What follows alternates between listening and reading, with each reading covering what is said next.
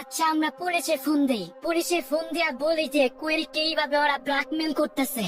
এইটা কইরা কোনো লাভ হবে না। আমি মামলা করার কারণে এত কিছু হইলো, এখন যদি আবার পুলিশে ফোন দিই তাহলে ওরা আমাদের সাথে আরো অনেক কিছু করবে। আচ্ছা এইভাবে বসে থেকে তো কোনো লাভ হবে না, আমি দেখি আমার আব্বু কোনো হেল্প করতে পারে কিনা। রশ্মি তুমিও দেখো তোমার আব্বু কোনো হেল্প করতে পারে কিনা। কোয়েল তুমি কোনো টেনশন করো না, সব ঠিক হয়ে যাবে, আমরা সবাই দেখতেছি কি করা যায়। কি হয়েছে কোয়েলের? তারা পুলিশকে জানানোর জন্যই বা কেন বলছে? প্রিমিসের বন্ধুরা সবাই কেন বাসায় গিয়েছে সেগুলো জানতে চাইলে ভিডিওটি শেষ পর্যন্ত দেখতে থাকুন। হ্যালো স্যার, আমি সুনাইরা। স্যার আমিও লাইভ স্ট্রিম করে থাকি, স্ট্রিমে আমার আইডি লিংকও দেওয়া আছে, আপনি চাইলে আমাকে ফলো করতে পারেন। স্যার আপনি চাইলে সরাসরি আমার দেখাও করতে পারি, আপনি আমার সাথে কথা বলতে চাইলে আমাকে ইনবক্সে মেসেজ দিন। সুনাইরার এসব কথা শুনে প্রিমিস একদম অবাক হয়ে যায় আর ভাবতে থাকে সুনাইরা টাকার জন্য এত নিচে নামতে পারে। প্রিমিস তখন আর কোনো কমেন্ট না করে স্ট্রিম থেকে বের হয়ে যায়। আর ঠিক সেই সময়ে তাদের রুমে হাজির হয় প্রিমিসের বন্ধু অমিত। কে অমিত, তোরা তো দেরি হইলো কেন?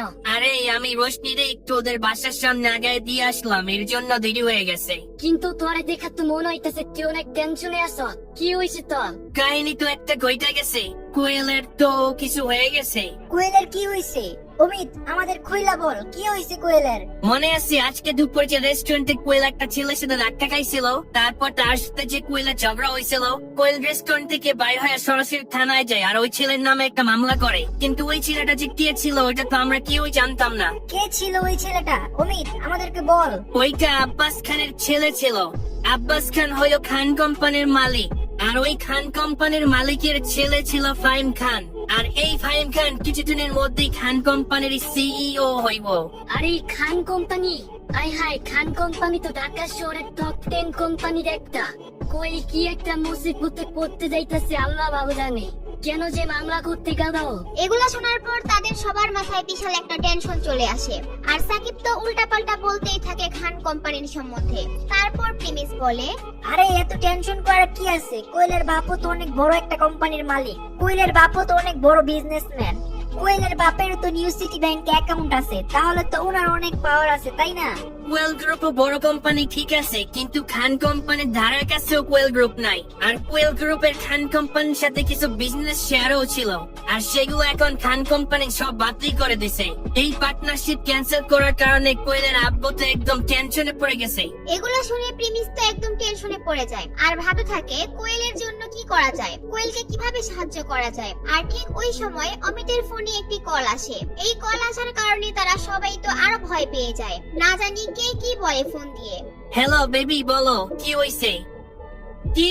আচ্ছা দাঁড়াও দাঁড়াও, আমি এখনই আসতেছি, তুমি কোনো টেনশনই করো না, আমি আসতেছি এখনই। কি হয়েছে, কি হয়েছে ভাই, আবার কি হইলো? আরে ভাই একটু আগে কোয়েলের আব্বুর কাছে একটা ফোন আসে, যদিও দোষটা ছিল খান কোম্পানির ছেলে ফাহিমের, কিন্তু তাও কোয়েলকে ফাহিমের কাছে মাথা নিচু করতে হইব। শুধু তাই না, খান কোম্পানির ছেলে ফাহিম একটা শর্ত দিছে, যদি তাদের কোম্পানির সাথে পার্টনারশিপ চালু রাখতে চায় তাইলে আজকে আর কোয়েলকে ফাহিমের সাথে থাকতে হইব। এগুলো শোনার পর সবাই অনেক আফসোস করছিল আর ভাবছিল আজকে রেস্টুরেন্টে না গেলেই ভালো হতো। এই ফাইন ছেলেটা এত নিচে নামতে পারে, ছি ভাই ছি। আমি খান কোম্পানির আব্বাস খানকে আগে থেকেই চিনতাম, এরা অনেক পাওয়ারফুল, এদের নামে অনেকগুলো মার্ডার কেসও আছে, কিন্তু তাও এরা দিব্যি বাইরে ঘুরতেছে, কেউ কিচ্ছু বলার সাহস নাই। কেউ ওদের সাথে লাগতে আসলে একদম তাদের লাইফটা শেষ করে দেয়। আমি যদি আগে জানতাম ফাহিম খান গ্রুপের ছেলে, তাইলে মামলাটা আমি আর অন্যভাবে হ্যান্ডেল করতে পারতাম। আচ্ছা কোয়েল যদি মানা করে দেয়, মানে কোয়েল যদি রাজি না হয় তাহলে? আরে ভাই কোয়েল মানা করতে পারবে না, কোয়েল মানা করলে ওদের বিজনেস একদম ধুলায় মিশা যাবো, একদম রাস্তায় এসে পড়বে ওদের বিজনেস। আরে ভাই এটা কোনো কথা? ও একটা মেয়ে বলে ওর এত কিছু সহ্য করতে হবে? আর কোয়েলের বাবা কেমন বাবা যে তার বিজনেসের জন্য মেয়েকে দিয়ে দিবে? ভাই এই বড় লোকরা এমনই হয়, ওদের ফ্যামিলির চেয়ে এরা বিজনেস রে বেশি ভালোবাসে। আর এই বড় লোকদের চাল চলন এমনই হয়, দেখোস নাই আজকে সকালে কোয়েল প্রিমিসের সাথে কেমন ব্যবহার করলো। এরপর তারা সব বন্ধুরা মিলে কোয়েলের বাসায় যায় আর সেখানে অলরেডি উপস্থিত ছিল অমিতের গার্লফ্রেন্ড রশনি। কোয়েল তো একেবারে মন খারাপ করে খাটে শুয়েছিল। এরপর অমিত রশনিকে জিজ্ঞেস করে কোয়েল কেমন আছে এখন। কোয়েলের আব্বু কোয়েলের কোনো ভুল না থাকা সত্ত্বেও কোয়েলরে অনেক বকা দিছে। গত 3 ঘন্টা ধরে এখানে বসে কান্না করতেছি আর ওকে অনেক কথাও শোনাইছে। আর কোয়েলকে ফাইমের বাসায় যাওয়ার জন্য জোরও করতেছে। আরে ভাই এটা কেমন ভাব? এটা কি পাপ নাকি অন্য কিছু ভাই? আরে ভাই, আমার মনে হচ্ছে কোয়েলের আব্বু কোনো কারণে ফাইসা গেছে। আর কোয়েল গ্রুপ কোয়েলের আব্বুর একান না, ওদের 4 থেকে 5 জন পার্টনার আছে। হয়তো ওর আব্বুকে ব্ল্যাকমেল করতেছে, এর জন্য হয়তো ওর আব্বু বাধ্য হয়ে এগুলো করতেছে। এরপর তারা সবাই কোয়েলের সামনে গিয়ে বসে আর কোয়েলকে সান্ত্বনা দেওয়ার চেষ্টা করে। আর প্রিমিস দূর থেকে কোয়েলকে দেখছিল আর আফসোস করছিল। যেই মেয়েটা এত রাগী ছিল আজকে সে একদম ভয়ে ভীত হয়ে গিয়েছে। আচ্ছা, আমরা পুলিশে ফোন দেই। পুলিশে ফোন দিয়া বলি যে কোয়েলকে এইভাবে ওরা ব্ল্যাকমেল করতেছে। এইটা কইরা কোনো লাভ হবে না। আমি মামলা করার কারণে এত কিছু হইলো, এখন যদি আবার পুলিশে ফোন দিই তাহলে ওরা আমাদের সাথে আরো অনেক কিছু করবে। আচ্ছা, এইভাবে বসে থেকে তো কোনো লাভ হবে না। আমি দেখি আমার আব্বু কোনো হেল্প করতে পারে কিনা। রশ্মি, তুমিও দেখো তোমার আব্বু কোনো হেল্প করতে পারে কিনা। কোয়েল, তুমি কোনো টেনশন করো না, সব ঠিক হয়ে যাবে। আমরা সবাই দেখতেছি কি করা যায়। কি হবে এখন? প্রিমিস কি কোয়েলকে সাহায্য করবে?